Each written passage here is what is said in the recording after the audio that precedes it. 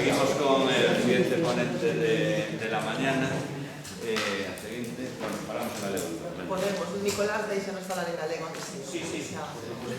Bueno, pois ademais de amiga e de ser un exemplo de feminismo no mellor sentido da palabra, por iso tamén, antes de nada, antes de que me bote a bronca ela... Non me iba a facer, Non me iba a facer, veña, pois xa o fago, un pouco de autocrítica, que certamente, como podedes ver no programa, hai unha boa falta de mulleres.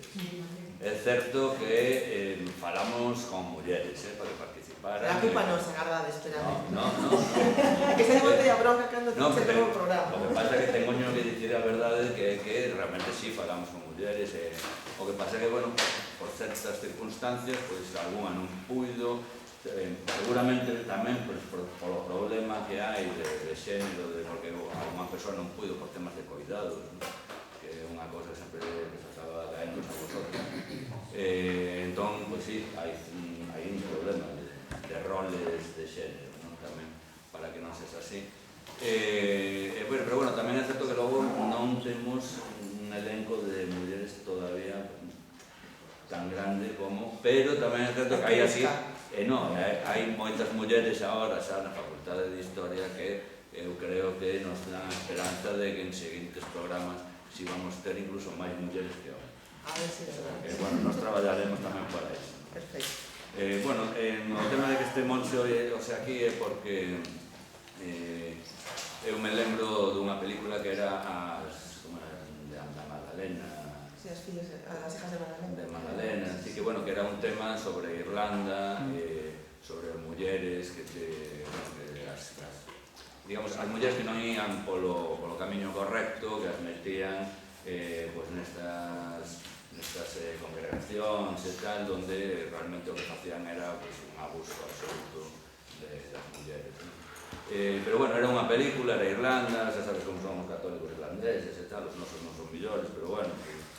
Pero resulta que, bueno, xente como Monse empezou a sacar a luz o que eran pois que resulta que eso que estaba sucedendo en Irlanda tamén estaba sucedendo aquí. Entón, acudindo a unha charla con Monse, me quedé abraiado de que o que vai contar ela realmente tamén sucede aquí.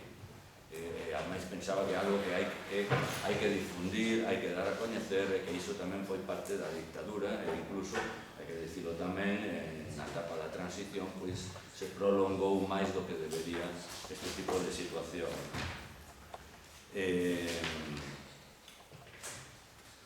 Bueno, Monse, va a falar un pouco tamén dela, é licenciada en Ciencias Políticas e da Administración, xornalista, escritora, ha traballado en radio, onde sigue colaborando, en xornais como Diario da Arousa ou Faro de Vigo, coordinou o programa do Concello de Pontevedra a Memoria das Mulleres, e foi técnica de Memoria Histórica na Deputación de Pontevedra, ela traballa moito na memoria, onde se destacou co proxecto O Pasado por Vigo, entre outros.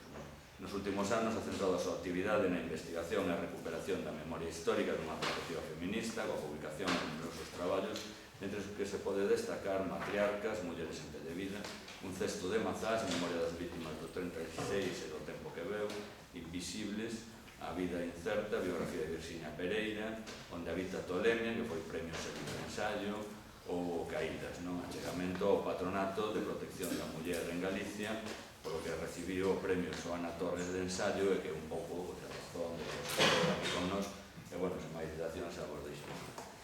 Ben, pois nada, moitas grazas, encantada de estar nesta xornada. Sinto moito, antes de nada, disculparme por non poder ter estado onte, pero estaba falando precisamente de Virxinia e Melide, non puiden compatibilizar as dúas cousas. Eu creo que é moi importante loitar contra o silencio, que se foi denso para todas as vítimas do franquismo, foi, creo que especialmente denso para as mulleres, e ademais loitar, que é unha cosa que digo sempre, contra unha cosa que creo que é peor que o silencio, que é o relato imposto, tramposo, que impuxo a dictadura durante tantas décadas. E creo que ambas cousas teñen moita relación con este tema do que hoxe imos a falar, que é o Patronato de Protección á Mujer franquista.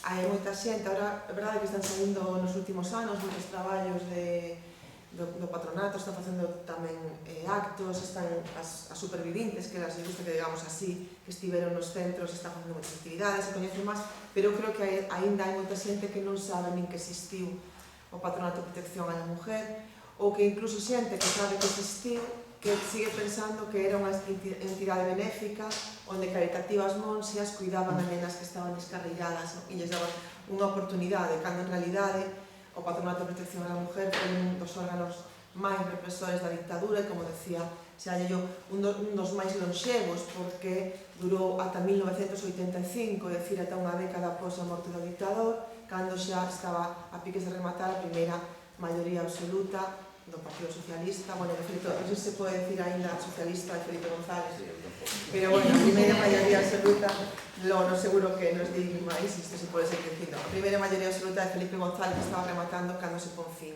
ao patronato, non? Que é unha institución que nace o 6 de novembro do ano 41 co aparente loable objetivo, cito textualmente, de velar por las jóvenes caídas o en riesgo de caer, non?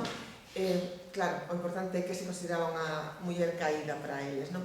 O que con este loable objetivo convértese nun, como dixen, nun brutal órgano represor que sin ni siquiera formar parte do aparato judicial, non? Dependía do Ministerio de Justicia, pero non estaba formado por xuíces, por xente do aparato judicial, non tiña esa forma dentro da nula legitimidade, tamén hai que dicilo, non? Que pode ter o aparato judicial durante a dictadura, pero sin ni siquiera ser un tribunal priva de liberdade a miles de mozas por non axustarse ao comportamento que a dictadura entendía que tiña que ser para nós, basicamente ser unha boa nai e esposa católica.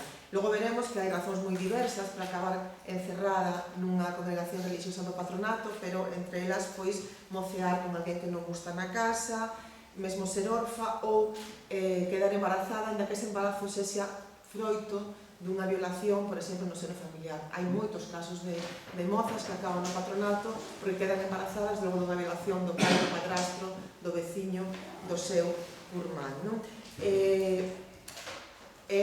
Un pouco esta teima de controlar a moralidade e tamén a sexualidade feminina, que é moi importante, non é unha cousa tampouco que inventa a dictadura, é unha cousa que sabedes que en moitos tempos se intenta sempre controlar a moralidade das mulleres, non? E, por exemplo, xa no século XVII, por non ir moito máis atrás, atopamos ese intento de control no que chamaban casas de acollida, que recoñecían, o sea, que nos seus objetivos fixaban que querían preservar el vicio de la mujer, contenerla en su camino o rehabilitarla si ya extraviada quiere volver al bien, ¿no? Sempre todas estas cosas, todas estas iniciativas se constitúen co objetivo loable de axudar as mulleres constituídas, pero acaban tendo un carácter moralizante, misóxino, que nada ten que ver coa prostitución. Por exemplo, en Madrid, en 1692, por poñer un exemplo, se funda un albergue para mulleres, leo textualmente, que falten a sus deberes conyugales. É dicir, se institucionaliza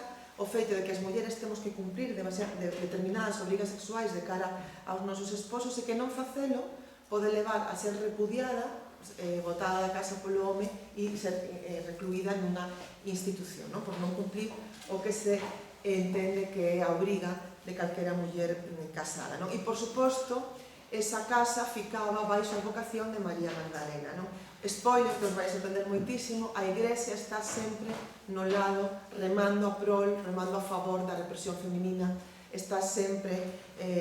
A Iglesia falou como institución, logo fora do comportamento que poda ter cada cura, cada monxa, que haberá bons e malos, pero a Iglesia como institución está sempre formando parte dunha ferramenta moi útil sempre para a represión da sexualidade, da realización das mulleres, non? Pero non, se non nos chegaba a Iglesia, resulta que en 1902 aparecen tamén, para controlar a nosa moralidade e a nosa sexualidade, a familia Borbón, non? Aparece a monarquía. En 1902 apróbase o Real Patronato para a Represión de la Trata de Blancas, auspiciado pola rexente María Cristina.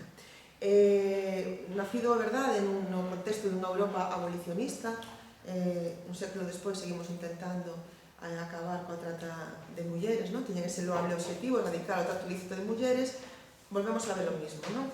Que acaba convertíndose nun organismo de control da moralidade feminina, que ademais ten varias eivas. Primeiro, que non contan con persoal adecuado, é dicir, as mulleres que, por exemplo, que quixeran realmente desear a Constitución, que quixeran ter ali un acubillo, non teñen traballadoras sociais, psicólogas, non teñen un persoal adecuado, sino que quedan en mans de mulleres aristócratas que deciden que a la hora que non teñen bridge, pois van a decidir que a vida que fan coa vida destas mulleres, que ademais convértense, están levadas a centros penitenciarios, é dicir, elas non deciden si quedan nesa casa de acollida ou non quedan, non é? Lo deciden esas mulleres aristócratas e ademais, bueno, pois sempre con un control por parte da Iglesia e con un intento de metelas na moralidade cristiá e de adoutrinalas pois eso, na moralidade cristiá. De feito, Margarita Nelken, que sabes que logo será deputada nas Cortes Republicanas, pois di que esa junta, e ela escribe, non? En lugar de estar composta por médicos sociólogos, se compone únicamente por aristócratas que desempeñan este cargo como ostentarían un título máis, por vanidad. Mientras subsista, di Nelken, esta monstruosa asociación, mientras el único remedio aplicable a la prostitución sea recluir cuando hay sitio a mujeres y si no echarlas a la calle, en conventos en los cuales están presas y en los cuales se obligan a trabajar para la comunidad, pero de los cuales salen tan desamparadas como entraron, nadie tendrá derecho a que una prostituta deje de serlo. Es decir, era un tema que se metían ali obligatoriamente, ademais, como se bien comentabas, pois explotadas laboralmente, que é algo que veremos que volve a pasar no patronato franquista. Que pasa? Chega a Segunda República, acaban co Real Patronato, e en setembro de 1931 aparece por vez primeira a denominación Patronato de Protección a la Mujer. Por eso vemos que en ese revisionismo do que falabades antes, xa, non? Que moitas veces din, pero que habláis las rojas agora feministas del patronato si foi un invento da República? Ben, hai que matizar, como sempre, que foi un invento da República que tiña esa misión de velar, o sea, sí que tiña ese cariz de protección. Que pasa? Que verdade tamén que non houve, como sempre, orzamentos de abondo, polo tanto, ás veces hubo tamén que recurrir a instalacións religiosas que xa había un componente tamén religioso, polo tanto, por falta de medios, pois acaba tamén no Bienio Negro desmantelándose, pero sí que tiña ese cariz protector e sí que tiña ese desexo de afastalo da Iglesia que veremos despois que desaparece completamente no patronato franquista. Que fai cando chega a dictadura? Que fai? Pois colle o nome da República, Patronato de Protección a la Mujer, nesa hipocresía tan común, non? Da dictadura, pero utiliza os modos e exacerba os modos do patronato, do Real Patronato, que ademais nas bases, cando se constitui o patronato franquista, fan sempre alusión ao Real Patronato para a trata de blancas, non? O patronato é o produto ideal da maridaxe entre dictadura e religión, o froito perfecto do nacionalcatolicismo. Nace baixo a advocación del Buen Pastor, Santa María Micaela del Santísimo Sacramento, Nuestra Señora de los Dolores, e fixa como objetivo literal la dignificación moral de la mujer, especialmente de las jóvenes, para impedir su explotación, apartarlas del vicio y educarlas con arreglo, esto va a ser muy importante, a las enseñanzas de la religión católica. Claro, no imaginario popular fica a idea de que o que se intentaba con ese patronato era acabar coa prostitución, perseguir a prostitución, pero temos que ter en conta, cando escoitemos esta teoría, tres cuestións. A primeira é que nesa doble moralidade franquista a dictadura derroga a abolición da prostitución, que si aprobar a Segunda República chega a aprobar derrogar o abolicionismo, non? A dictadura non, a dictadura volve a ser legal a prostitución e non volven a derrogala ata 1956. E por que? Por presións, o que falabades antes, non? Por quedar ben coa comunidade internacional que acababa, como sabedes, o 14 de decembro de 1955, para a desesperación do exilio republicano, aprobar a entrada da España franquista na ONU. Entón, aí vamos nos anos 50, logo volveremos a eles, íbamos de enrollados, somos iguais aos da dictadura franquista e vamos a abolir a prostitución que queda fatal. Mentres sabemos todos, bueno, esa típica imaxe de película franquista, non? De garda civil pura e tal, e falangista en el puticlub acabando as xornadas, pois era moi real. A segunda cuestión que temos que ter en conta, para darnos conta de que o patronato non tiña nada que ver con axudar as mulleres prostituídas, era que apenas en Galicia, por exemplo, que é a zona que eu estudei estatísticamente, non chega ao 10% as mulleres que teñen algún tipo de relación coa prostitución que acaban no patronato. Ainda que foran prostitutas, é evidente que acabar no patronato non ten ningún sentido para ninguén, non? Porque a terceira cuestión que hai que ter en conta é que eso non se trataba de amparalas, de axudalas, de darles outra solución, sino de controlar a moralidade feminina. O que se trataba era de pechar a mozas nesas institucións para determinar que actitudes, que modos de vida eran os acaídos, non? Para cada unha delas. E negarles calquera sexualidade ás mulleres que non tivera como fin último satisfacer ao varón, que para o franquismo era o único suxeito con legitimidade para gozar do carnal. As mulleres só tiñamos sexo para satisfacer ao varón. Non tiñan, por eso petaballes a cabeza coa homosexualidade femenina, non? Hai moita máis persecución na masculina, pero claro, a ver, sexo entre dous mulleres, o sexo, para que está o sexo? Para satisfacer ao teu home ou a outros homes se eres prostituta, non? No seu ideario, nada máis. Entón, por eso hai, ás veces, mulleres que se salvaron de ser condenadas por lesbianismo porque eran amigas, e logo outras veremos como acaban por esa condición sexual, acaban en manicomios, porque era, o sea, non era un delito, era unha tolemia. Que tamén é importante ter en conta que na dictadura en moitas ocasións os homes cometían delitos e as mulleres máis aladas que delitos entendendo o delito para a dictadura, aunque fose unha militancia política ou militancia sindical, e a nós moitas veces non se nos consideraba delincuentes sino pecadoras. As cárceles de homes estaban residas por soldados, por gardas, as cárceles de mulleres en a maior parte das ocasións había monxas, non? Ali tamén, é dicir, as mulleres, eles eran delincuentes, nós éramos pecadoras, non? Entón, o ámbito do patronato se trataba un pouco de encarrilarnos as mulleres para a poboación en xeral, pero máis as mulleres para que tivéramos unha moral intachable desde o punto de vista da dictadura. Nese senso vai actuar nun doble ámbito. Por un lado, no individual, é dicir, aquelas rapazas que entendían que se estaban desviando do camiño correcto, e por un lado tamén había un ámbito colectivo. Vai a estar entre os objetivos do patronato informar ao goberno de como está a moralidade en España e darlle directrices de que teria que facer para mellorar e, por suposto, tamén sancionar cando nos salimos desas directrices, non? Centrándonos nesta segunda parte do aspecto colectivo do traballo do patronato, pois realizaba informes sobre o estado de moralidade de cada provincia. Isto, ademais, non os fiedes de min, é dicir, o bo que tiña o franquismo era que era bastante de guardar todo, de coller informes, e están todavía aquí na Ángel Casal, na Biblioteca de Compostela, hai moitísimos informes todavía da Junta Nacional do Patronato que se poden consultar. É verdade que desapareceu parte da documentación, pero hai informes anuais que facía a Junta Nacional que están aquí en Santiago e que se poden consultar, non? Ben, pois estes informes do estado de moralidade da provincia, por certo, Coruña era pésima, que marcaban? Pois cuestións como o número de prostitutas que había na cidade, o uso de anticonceptivos, canto máis anticonceptivos máis inmoralidade, evidentemente, o comportamento da poboación nos bailes ou nos cines. Eu creo que aquí, os que temos máis idade, ainda recordamos ao revisor pola linternita se te arrimabas moito ao compañeiro, non? No cine, ou, pois eso, nos bailes tamén se te arrimabas moito, se non clavabas o codo e tal, pois tamén mal.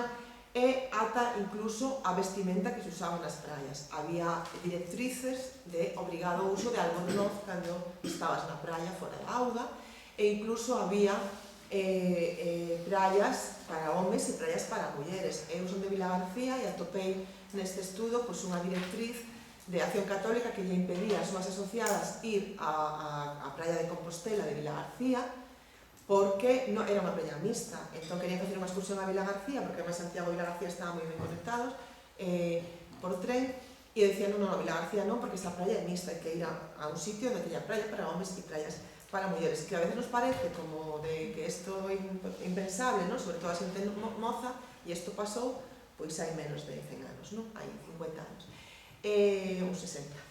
E logo tamén puntuaba, claro, para a moralidade o tema da pornografía, pero desde unha visión da dictadura. Para a dictadura podería ser pornográfica un libro de anatomía onde aparecía un peito feminino, podería ser censurado. De feito, houve libros censurados por este tipo de cuestións. Un libro de anatomía podía ser censurado, non? Porque tiene un corpo espío, non? E logo, como apuntan a Tamara López na Cabana, da Universidade, moitos dos informes non eran tanto recollendo a realidade, sino recollendo o que a dictadura quería transmitir, algo que coincidise co relato, é dicir, na República había moita máis inmoralidade, agora estamos millor. Bueno, pois, de feito, cando no ano 56 hai unha abolición da prostitución, fan cadros en Lugo, por exemplo, non? Mulleres, prostitución legal, prostitución ilegal, había 53, pasamos a 53, e eles din, acabou a prostitución, non? cando os seus propios cadros recollían ese trasvase e os recollían. E eles dicían, acabou a prostitución en Lugo, non? Cosa que era totalmente irreal. Vale, cando se incumpría estas normas, era moito máis gravoso para as mulleres, para rapazas, que para os homens. Os homens se podían caer unha sanción por incumplir as normas, pero as mozas de ata 25 anos, logo matizaremos, porque primeiro ata 21 e logo ata 25, podían acabar recluídas no patronato por decisión da Junta do Patronato. Isto era moi importante, non? Quen era o Patronato de Protección da Mujer? É dicir, como funcionaba? Bueno, pois tiña unha estrutura piramidal. Na cúspide estaba a Junta Nacional, que se constitúe en 1942, que estaba, como non, presidida por Carmen Polo, non? A muller do ditador. Os propios textos do patronato recollen que só hai dous modelos de muller, la Virgen María e Carmen Polo. La Virgen María, por lo que sea, non lle viña ben na xenda presidir o patronato, e entón colleron o segundo modelo de muller, que era Carmen Polo, non? E, por suposto, ten como vocais a Pilar Primo de Rivera, con ese traje, e ao bispo de Madrid-Alcalá, Leopoldo Hijo Garay, que, por certo, era de Vigo. Mandar, non sei, a Cataluña non, pero a nós tendes que darnos xa autonomía, a independencia, porque non facemos máis que mandarnos a Franco, a Fraga, ahora fijo, pues, creo que autonomía, a autonomía nos queda pouco, que tenes que darnos a independencia, porque estamos aportando moi pouco ao Estado. Despois había, debaixo desa pirámide da Junta Nacional, había 50 juntas provinciais, unha por provincia, e naquelas provincias que consideraban que tiña certa relevancia, que había demasiada inmoralidade, pero que fora, había juntas locales. Bueno, traía aquí, en Lugo había ata 10, Becerreá, Monforte, ata 10 localidades, e en Pontevedra tiñamos Vigo. Curiosamente, en Coruña, pese que decían que tiñades unha moralidade pésima, non había nin Compostela, nin Ferrol. Eu creo que é máis porque non había xente que quixera formar parte deste organismo, non?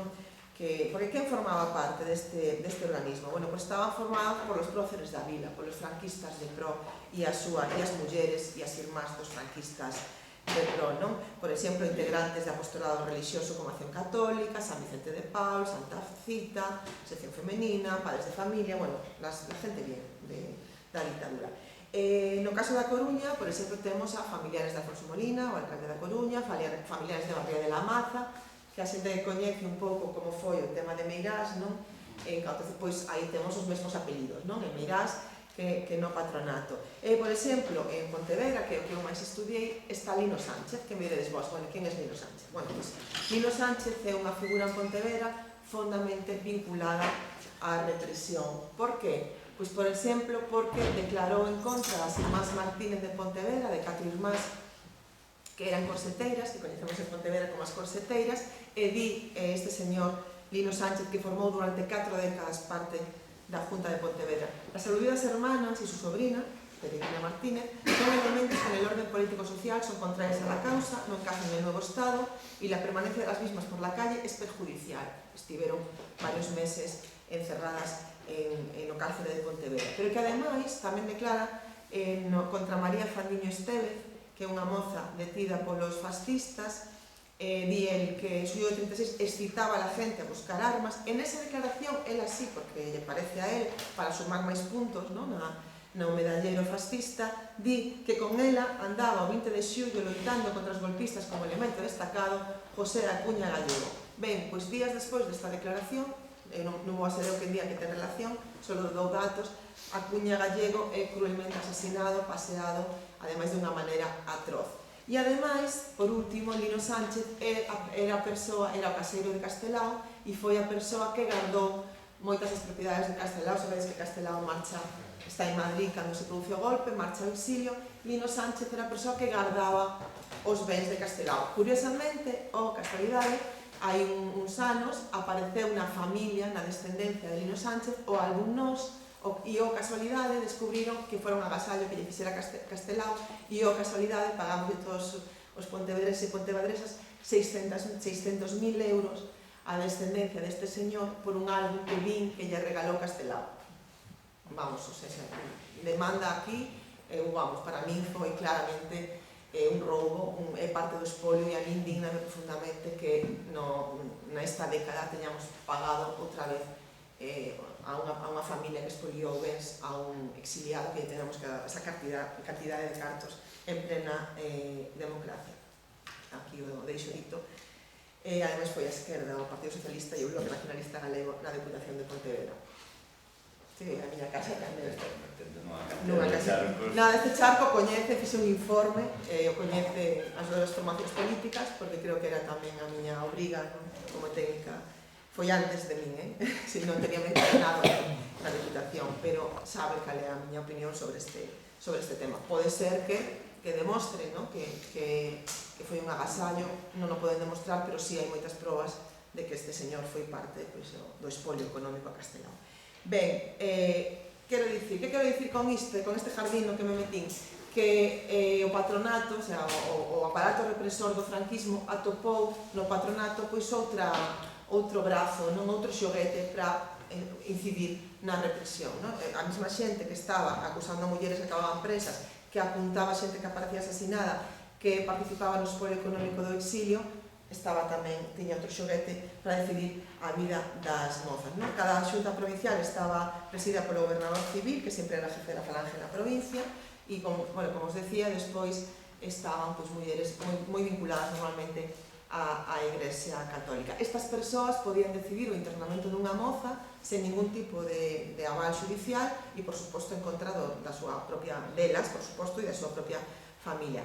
Ben, non vou fatal de tempo, entón non me vou a estender moito con os centros que había en Galicia, pero, bueno, había adoratrices en Ourense a Coruña, o sea, sitios organismos que foron en Galicia sede do patronato. Adoratrices de Ourense a Coruña, Oblatas de Ferrol de Compostela, a que logo se unirá de Bouzas de Vigo, Buen Pastor de Tui, as Trinitarias de Vigo, Hijas de María Inmaculada de Vigo, Bañobre e Santiago, que isto de Hijas de María Inmaculada, a sobrevivintes de chama o Inén de Chachas, é dicir, eran nenas que ian ali, que vendían o réxime, que ian a aprender un oficio, e o que facía era familias pudentes ir ali a decirlle, mandando unha rapaza para limpar na casa, para cuidarme a descendencia, e eses cartos que se pagaban iban directamente ao peto das monxas.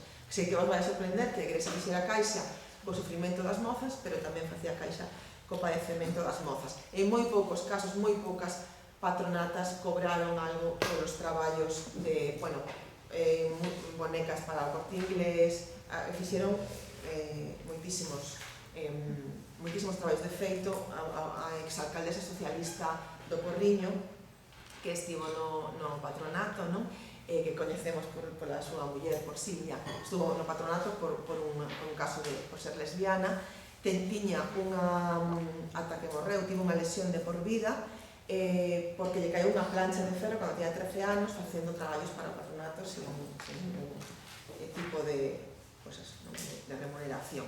E non están todos, nesta cosa que fixen un pouco así por riba, non están todos, pero, bueno, temos máis dunha dúcia de organismos en Galicia. E logo había, isto era claro, de repente no ano 41 formase o patronato, no ano 42 aprobanse as leis de internamento, e onde metemos a todas estas mozas que se salen do camiño, porque veremos que son miles. Pois, en principio, metémolas en conventos religiosos, pero logo xa creamos unha estrutura propia do patronato. Entón se crean os chamados en aquel momento reformatorios, que a propia palabra dio todo. Entón, as juntas provinciales de Galicia dicen, todas as 4, queremos un. Afortunadamente, só lle fan caso a Lugo, e por eso no ano 53 se inaugura, xa levamos uns anos funcionando, Nuestra Señora de los Ojos Grandes, que é un reformatorio que se fai en Lugo, en unha casa do General Pin, que é unha instalación, se converte en reformatorio e se lle deixa a reverendas madres de Buen Pastor. É dicir, ás veces se usa as propias institucións religiosas, ás veces se fai propias, pero tamén sempre está vinculada á religión, é dicir, a Igrexa é a que leva o tema da represión no patronato. Ben, a onde te levaban, se a Buen Pastor, a Trinitarias, a adoratrices, dependía do grado de rebeldía de cada muller, El Buen Pastor era para as máis dóciles, as adoratrices para alguna que levábase ao ensino de oposición, e logo as oblatas eran para as consideradas máis díscolas. De que congregación había máis centros? Con diferencia, das oblatas, non é dicir que canto máis represión, millor. Que tipo de comportamento levaba unha rapaza a acabar no patronato? Pois o que vos decía, non? Un pouco polos os fondos que garda a Junta de Pontevedra, que por certo se conservan e agora están digitalizados por un convenio coa Diputación de Pontevedra que tiña o Departamento de Memoria Histórica e se poden consultar na rede. Entón, eu animo moitísimo a mocidade que está facendo historia que sigamos, porque hai moitísimo todavía que estudar sobre o patronato, non? Vemos neses datos estatísticos que máis do 50% das nenas estaban baixo un caixón que aí cabía de todo, que eran perigos morais. É dicir, pois eso, que o mozo non gustase na casa, que tivera relacións sexuais antes de casar, que levaras unha falda moi corta, o sea, elas contan, o sea, hai casos que, bueno, que alucinas. E a min chamou, por exemplo, a atención, quería traervos un par de casos que non eran as nenas recluídas polo seu propio comportamento, sino por medo a que se comportaran mal debido ao comportamento que tiñen terceiras persoas. Explícome. Unha nai que di quero meter a miña filla no patronato porque a súa irmá maior é un pouco díscola, non sei se que me salga igual, xa por prevención metémola.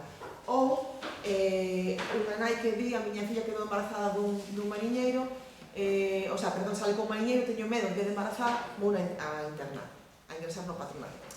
Eu estou convencidísima de que moitas veces as familias, por ese relato tramposo do que os falei ao principio, de que creían que as monxas iban a enderezar as súas fillas, que un pouco que facían incluso por ben, non? A ver se non podo con esta nena, a ver se as monxas enderezan. Sen ser conscientes do inferno ao que estaban levando as súas fillas.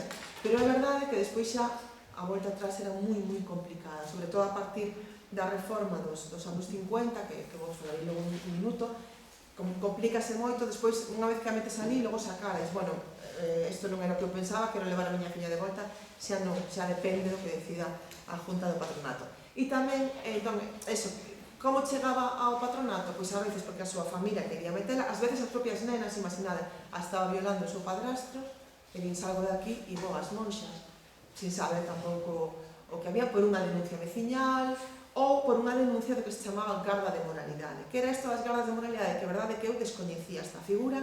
As gardas de moralidade, pois eso, era unha figura, primeiro foron celadoras e logo visitadoras a partir desa reforma dos 50, que eran mulleres de intachable, en principio, as celadoras de intachable conducta para o réxime, sección femenina, que iban eso, ás praias, a lugares de baile, pola cidade, e denunciaban aquelas mozas que consideraban que se arrimaban moito, que estaban bicando alguén na vía pública, que estaban vestidas de maneira inadecuada, bueno, que elas consideraban que non tiñan un comportamento moral, malas compañías, aparte deste tipo de expresións, entón elas decíanlle a la Junta, a esta niña hai que metela no patronato.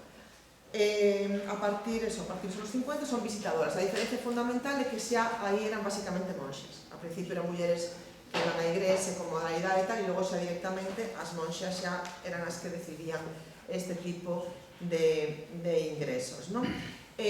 As que non eran monxas recibían un cursillo para convertirse en gardas de moralidade, pero que basicamente era un cursillo, era aprenderte o catecismo. Moi poucas horas de psicología, o que había era basicamente moralidade eclesial, sección femenina e adoctrinamento do réxime. Vale, que pasa unha vez que te convertes nunha patronata, non? Bueno, pois temos, grazas a moitas superviventes, testemunhos delas que o contan, non? Ademais hai unha tese que eu recomendo moitísimo para quen queira estudar o patronato, que ademais está tamén na web disponible da investigadora Carmen Guillén, que o fixo na Universidade de Murcia no 2018, que aí atopades todo o que necesitedes sobre o patronato, que fala que sobre todo eso, nesa década 50, que foi brutal para estas mozas, se crearon centros de observación e clasificación, que se alguén asistía a estes documentais que hubo, o explican moi ben, eran sitios onde sometían as mulleres que entraban no patronato, as nenas,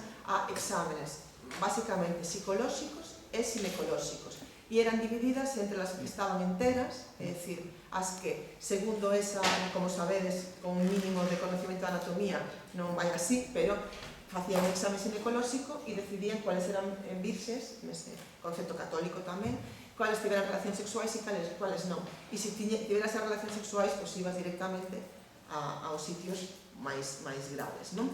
Unha vez que chegabas aos centros, eran centros pechados con chave, cuartos onde se amoreaban decenas de literas, e para as máis díscolas había celdas de castigo, non? Que camufladas baixo o nome de salas de reflexión e catarse, pois eran salas acolchadas, blindadas, con ventás moi pequenas como arpilleras, cando non, como contaba Loli, por exemplo, unha muller do patronato que estivo en unhas actos que fixemos en Galicia, a ela pecharon durante días nun baño. Había o váter, unha ventá e ela, nada máis, nin cama ni nada durante días. Para sair de ali, dixeronlle que si, cando despois de semanas, que tiña que porse as ordes do xardinero, non? Que tiña que facer, en principio, o que lle mandara o xardinero, que ela pensaba que era regar as plantas, sementar e tal. Bueno, pues unhas cousas que lle obligaba o xardinero era, o sea, violaba directamente, non? Entón, ela tivo que decidir, ela quedara embarazada por unha violación do seu propio pai, entón, el dixo, ela tiven que decidir se seguía aquí violando o meu xardinero ou se me iba a casa que me violara o meu pai. Esa foi a decisión que me deu este patronato benéfico, non? Decidiu volver a casa e volveu a quedar embarazada por segunda vez o seu pai, volveu ás monxas e, por suposto, tanto a nena como o neno foron entregados en adopción, porque ela era unha morta de fame, non? Que non nos quería, que non les quería. Ben, como decía, que teño xa que ir rematando, un pouco esta situación do patronato agravouse no ano 50, o ano 50 é un pouco menos estudiado, verdad, creo eu, no franquismo, porque parece que é como un val entre a represión inicial dos anos 30, entre a represión contra a guerrilla, polo menos na nosa zona, ata o ano 45, chegan os anos 50, parece que o franquismo levantara o pé do acelerador e logo chega aos 60 e sai outra vez a represión, o movimento estudiantil, o movimento obreiros, pois me parece que, ou polo menos se vende así xeralmente, que os anos 50 foron máis tranquilos, pois as patronatas foron os peores. Hubo unha reforma o 20 de novembro do 52, que aí el karma nos compensou un pouco o 20 de novembro dos anos despois, que fixo que se pudera encerrar as nenas desde antes, 16 a 25 anos, é dicir, máis tramodidade, e que os pais que se opuxeran a que as nenas estiveran ali perdían directamente a patria potestade e quedaban máis xa das juntas provinciais, é dicir, agravouse moitísimo e logo eso, eran monxas, e había máis razóns por que acabas no patronato, con máis idade, e cando unha vez que entrabas ali, pois moitos pais perdían a patria potestade, por lo tanto era moito máis difícil salir. Vale, de feito, bueno, traía unha tabla, pero así un pouco para que os fagase unha idea, nos primeiros 8 meses de existencia, porque o patronato aprobase no 41 e as normas de internamento 8 meses despois, apenas entraron no patronato 427 mozas, que xa me chegan, pero bueno. E despois, na década que va dese 42 en que se aproban as normas ata 52 que hai a reforma, o récord anual foi 3.360 internas novas no 51 e tras o ano 52, para que vos fagades unha idea, superouse a cifra de 41.000 mulleres internas nun só ano. É dicir, pasamos de 300 a 3.000 e de 3.000 a 40.000. Por tanto, os anos 50 foron moi malos para as mozas do patronato. E o trato que estaba moi así un pouco, o trato que recibían ali tiña un componente que a mí me pareceu especialmente cruel, que era a infantilización das nenas que entraban.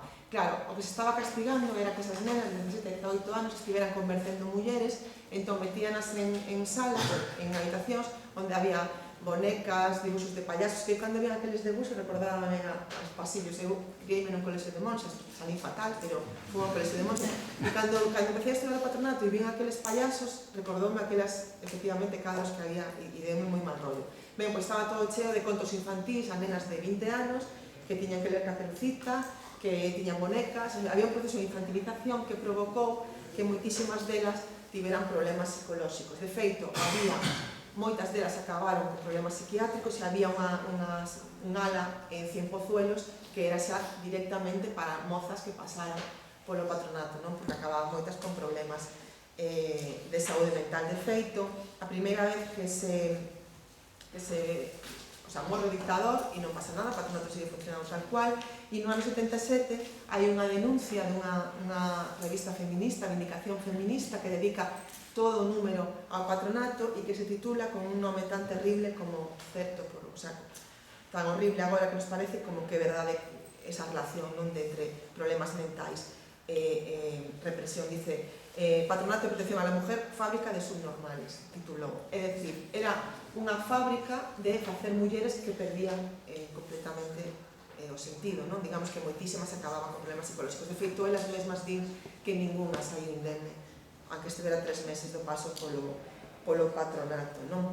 E logo, bueno, non teño moito tempo, pero simplemente indicar que hai unha vinculación moi estreita entre o Patronato de Protección a la Mujer e o roubo de bebés, porque claro, imaginade se era fácil no franquismo roubarlle unha muller en calquera hospital a unha muller ou bebé, imaginade neste tipo de congregacións onde as nenas estaban ali casi que abandonadas. De feito, temos, e bueno, sempre miramos Madrid cando falamos de roubo de bebés, pero bueno, en 2014 a prensa viguesa recollía unha denuncia por o roubo de unha moza, denunciaba Noemí Lima que fora adoptada e que fora roubada a súa nai no hogar Santa Isabel de Vigo. Bueno, houve un xuízo, obrigaron as monxas a entregar o expediente e entón no expediente aparecía que unha muller de Pontevedra de 43 anos era a nai desa nena. Entón van a esa muller, la di, non, é verdade que vin a luz con 17 anos en Santa Isabel, pero a miña nena morreu, non, estaba morta. Bueno, pois fixeron os ADN e descubriuse que efectivamente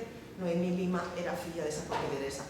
Que pasou? Nada, isto foi hai moito, circulen, todas as monxas quedaron, por suposto, absoltas, pero sí que hai unha verdade judicial que di que esa nena foi roubada, non? E que filla de quen é, que ademais que as monxas se levaron 47.000 pesetas daquela por esta transacción.